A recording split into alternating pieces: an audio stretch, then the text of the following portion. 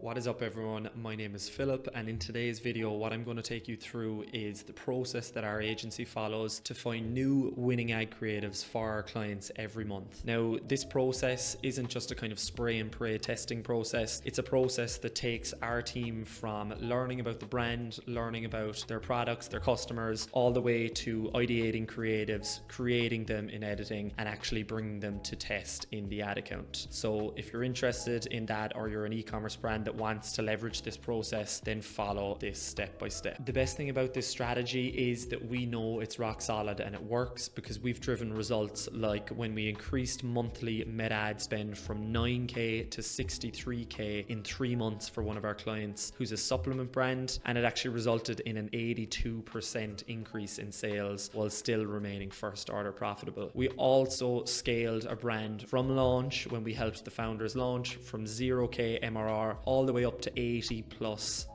euros MRR from month to month, and now that brand has continued to scale and is likely to hit 1 million ARR this year. We also boosted a CPG brand's revenue by 48% while increasing their new customer ROAS by 13%, all in less than 6 months using this exact strategy. So if you don't know who I am already, then my name is Philip. I'm one of the 2 co-founders of AdPunch.co, and we're a performance creative and paid ads agency, and we work with e-commerce brands ranging from 20k in revenue all the way up to 500k in revenue per month. So without further ado, let's jump right in. Right, so before you watch this, a couple of things that I would mention. So this is a repeatable system. Like I said, it's not really a spray and pray testing process. We're not hoping to just find random winners without any real strategy. This is a repeatable system. Every step of the way is thought about so that we can try and maximize the amount of winning creatives that we get from this process. But I will say it does take time and it does take volume. So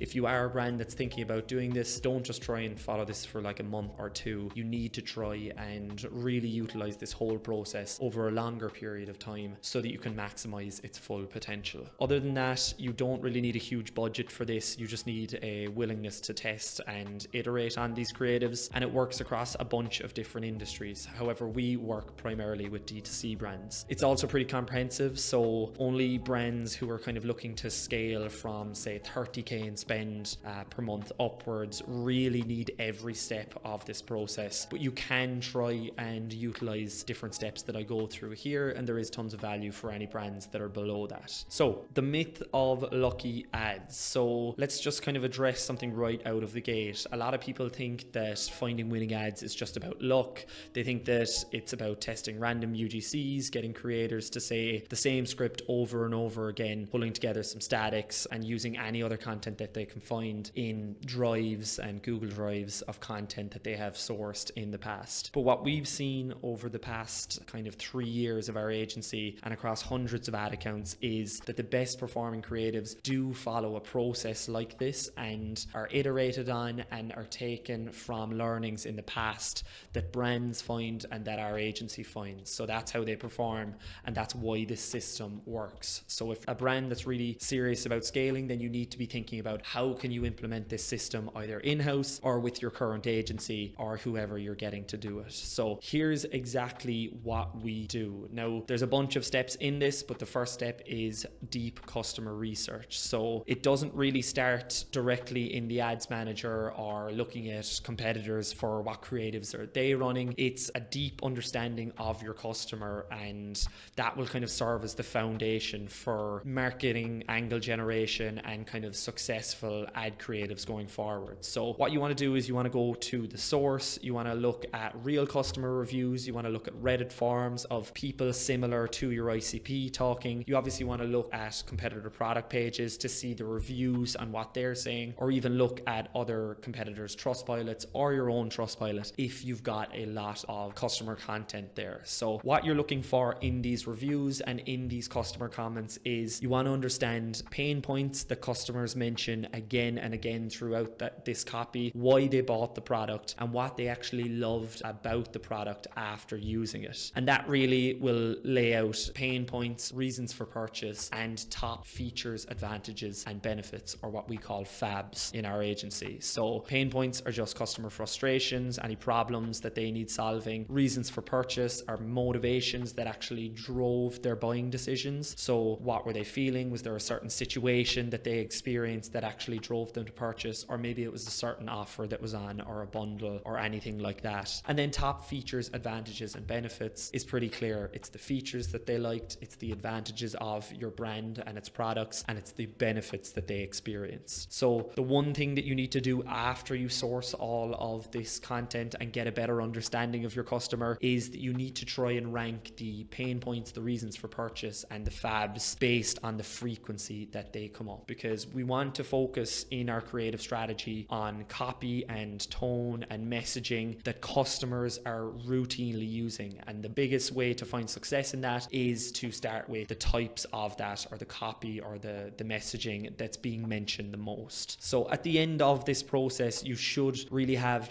between 10 and 20 distinct marketing angles for your brand for its products. And you may need even more. If you've got a pretty big product catalog, you might want to do this process kind of multiple times depending on your product range. Maybe your product range is very similar but just contains different variations. You might not need to do it then. But with brands that have a very differing product catalog, that have different reasons for purchase, different pain points, different features, advantages, benefits, you want to repeat this process over and over again for each of your products. After that, the next step is actually carrying this out. So what I've done here is I've done out a kind of step-by-step process on how exactly we do this. Now, this is a somewhat simplified version for the sake of this video, but the first thing you need to do is you need to export all the customer reviews that you have for your product. Again, you can get these from your website, you can get these from Amazon, YouTube, socials, basically anywhere you can find your customers or your ICP talking about their pain points or your product itself. After you do that, to help give ChatGPT or whatever LLM that you use for this process some more context, it's good to export a Shopify report showing the last 365 days of sales by product. That will allow you to give the LLM context as to what products should be focused on when analyzing these reviews. Or if you want to do it separately, you can do that as well. Just make sure your reviews are also separate as well. After that, we use ChatGPT for this process, but you can use any LLM that you'd like. But you can enter the following prompt while attaching both the customer reviews and the Shopify report that we spoke about in step 1 and step 2. Now, this prompt is pretty extensive. Basically says act as a world-class brand strategist, direct response copywriter, and UGC creative director, and you're helping us build a creative strategy and messaging for product name and brand website based on real customer reviews and sales data. So that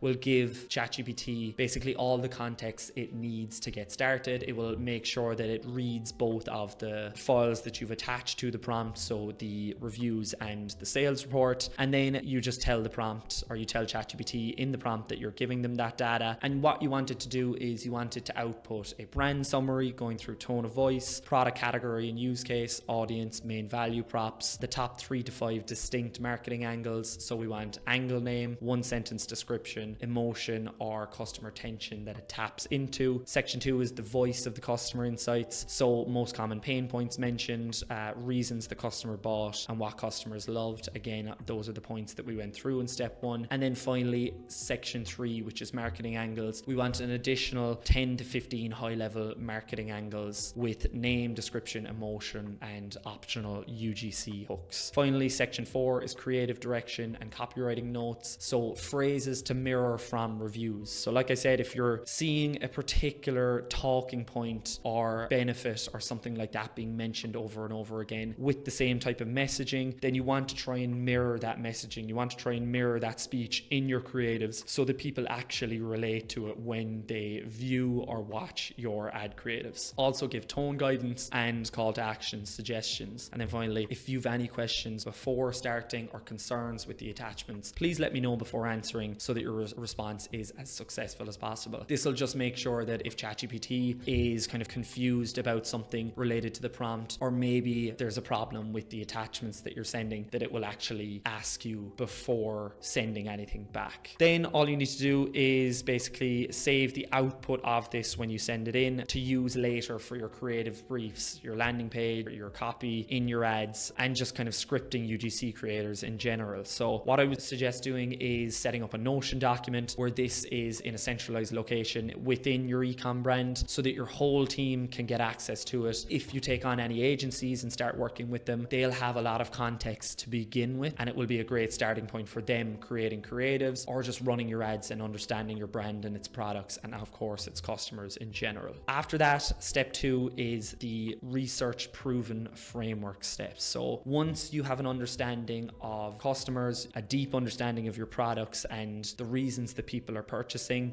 then what you need to do is you need to go out and research different ad creative frameworks that you want to try and test with these marketing angles that you have. So we don't really try and reinvent the wheel here. We'll often use frameworks that just have proven success behind them. There's a bunch of example frameworks here. So there's problem solution, 3 reasons why, UGC testimonials, founder story, before and after, competitor comparison. There's literally tons more. And for example, we use atria.com in order to do our creative research. We've got tons of swipe files in here categorized by whether they're us versus them, they're before versus after, they're your UGC frameworks, or maybe they're kind of organic style frameworks. And that will allow us to build up a nice bank of what we think are winning ad creatives over time so that we can test them for our own client. Now, one thing here is that you should start by looking through your ads manager at this stage. You can find winning frameworks. If you see that consistently one framework is winning over the other, then that would be your first port of call there. Like I said, we use Ads Library and Atria to look at other competitor ads, and we have a bunch of internal swipe files for this as well. One pro tip here is that you can focus on ads that have been running for 30, 60, or even 90 days. They're not always winners, but it's often a great sign that the brand has kind of confidence in the performance. They've likely scaled the ad if it's running for this long. And then once you have your angles, once you have your understanding of your customer, and now you have a couple of frameworks that you want to start building with, then you can apply them together and actually do that in the next couple of steps. Step number 3 is applying the framework to a marketing angle. So what you want to do here is basically you want to take your angle, which is just a perspective. It's just a lens that you use to talk about your product in a way that actually connects with your audience. Let's say for this example that your product is a hormone balancing supplement, and a common pain point is that your customers are suffering from PMS pain. So a quote from them might be, "I get awful PMS cramps and feel totally wiped out for the week every single month." And now you pair that with a winning framework from step 2. For this example, I'm using the 3 reasons why framework. So what you kind of end up with then is a kind of headline or a title, 3 reasons why this natural supplement helps crush PMS pain without pills. So what you have here is you've got a framework, but you've got a real emotional trigger that your ideal customer profile will actually resonate with, and that's basically how you begin creating a creative that will actually convert. So it's really a great combo together. Now the next point of this is you actually need to write really great copy for this creative. So you've got your angle, you've got your framework locked in, and that is the next step, whether you're doing a static or whether you're doing a video script or anything of that sort. So this is where a lot of brands will go wrong. They'll often just write about the product. They'll state the features, they might state the ingredients in it, but they don't actually write about how it's going to help their customer. You need to, in your copy, focus on the transformation that people will experience. Yes, you can talk about their pain points, of course, so that it resonates with them and it hooks them in, but then what you need to do is you need to guide them through the transformation that they're going to experience and that desired outcome that they're going to get. So an easy way to do this is to think about, number 1, where is the customer now? What's their current state? What's their problem, or what's their situation? Number 2, where do they actually want to be? Where's the desired outcome or transformation on what they want to get to? And number 3, how does your product or its ingredients or features actually get them there? So this third step will allow you to kind of bridge the gap between their current state, which is a state of pain, to their desired outcomes. So here is where you kind of talk about features, advantages, and benefits and why exactly they work for your product. So one thing to note is when you're writing briefs or when you're writing scripts, whether they're for statics or whether they're for video creatives, you should be thinking about how can I write this so that there's 3 to 5 different variations per concept or per framework. So for statics, this can often come in the form of headlines or different visual changes between the variations. But for video ads, this should come in the form of different hooks and different visuals or links in general. So you can also keep your copy for statics, especially short, simple, punchy, and emotional. That works really well. And you can kind of tie that in with the marketing angle from step 3 that you go with. So at the end of this, you should have a brief or a document that states all of the copy, all of the variations, and the structure that you're going to use for this concept. Next step is actually designing and editing, or really kind of executing all the work that you've done up till now to actually create these final versions or initial draft versions of your creatives. Once you have a script ready, the visuals will actually come next, or the filming will come next for video style content. This is really massive, but you need, for this process or for this step of the process, you need really skilled editors and designers, not just people who can kind of pull something together and do the bare minimum, but people who will actually understand your product inside out firstly, so you can hand them all the content and the context that you learned about your brand, your products, your customers from step 1, but they also understand your target customer. They also know how to stay consistent with the brand's tone, with the brand's style, and with the brand strategy. So try and pick your video editors and your graphic designers accordingly to make sure that they have this skill set, and if not, try and teach them this skill set through a kind of iterative process, which will always help. I mean, no one's going to be perfect when they do this first. It is an iterative process, so just help them out with that. So for statics, you want editors to nail fonts, color usage, hierarchy and flow, structure, copy fit, and mobile first design. And for video ad creative editors, they need to focus on hook visuals, hook sound, pacing, subtitles, overlay text, scene transitions, aspect ratios, and safe zones. So even the strongest creative concept can actually flop if the execution feels messy, if it feels off-brand, or if it's low in quality. Now, that isn't always the case. Sometimes you'll see ads that you as an agency or you as a brand might find really, really ugly, but you decide to run it anyways, and it turns out to be the best performer. These kind of ugly ads can be a bit of a pattern interrupt within people's social media feeds, so they can catch people's eye as well. So don't really get hung up on having perfect design and perfect editing as well, but try and keep that level of quality, that level of performance to a level that you're comfortable with putting out into the world. And that really is performance creative. So after that, because you have in your briefs, you have structured it so that you're getting kind of 3 to 5 variations per concept, you want to get your editors to actually create all of those variations. Now, the reason we do this isn't so that we can kind of guess the winner. The goal is that we can kind of find winners through testing, okay? So sometimes for a UGC video, for example, it's the exact same script, but it's with a different hook. Other times it's different visuals or different pacing in a video. With statics, sometimes it might be just a different headline being used, but other times it'll be a different image being used or different colors being used. Trying to structure your variations and figure out, if I use this type of hook versus this type of hook, does it seem to work better? And just try and take some learnings from that. So you can see here, it's an example of a static ad creative, variation A and variation B. The only changes between them are that they have 2 different headlines, but these may or may not have drastically different performance metrics within your ad account, and one might be prioritized over the other. So you're really just trying to maximize performance in that sense. So one thing I will say is that as an agency, we've noticed over the past 2 to 3 months that significant visual changes will actually outperform just basic copy changes that you see in these ads, for an example. So keep that in mind as you test going forward. And the same with your video ads. Don't just change the hook. Try and drastically change the ad,